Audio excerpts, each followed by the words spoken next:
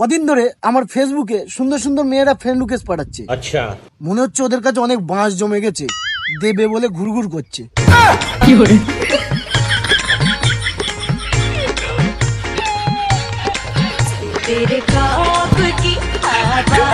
হঠাৎ একদিন খবর পাবে আমি আর নেই, একটা মেয়ের সাথে পালিয়ে গেছি।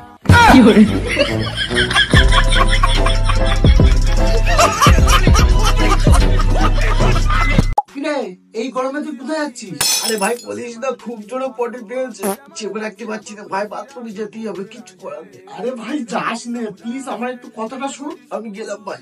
আরে যাস না তুই। Bye bye, tata, good bye, Gaya.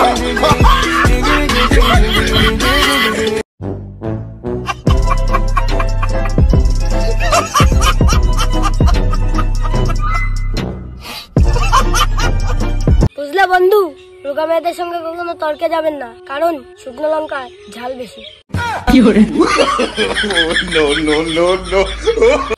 আমি ছোটবেলায় ভাবতাম পরক্রিয়া মানে পরের উপকার করা। আমি কি ভুল ভাবতাম?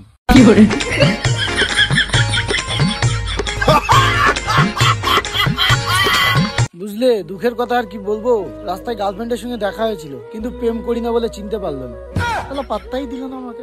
কি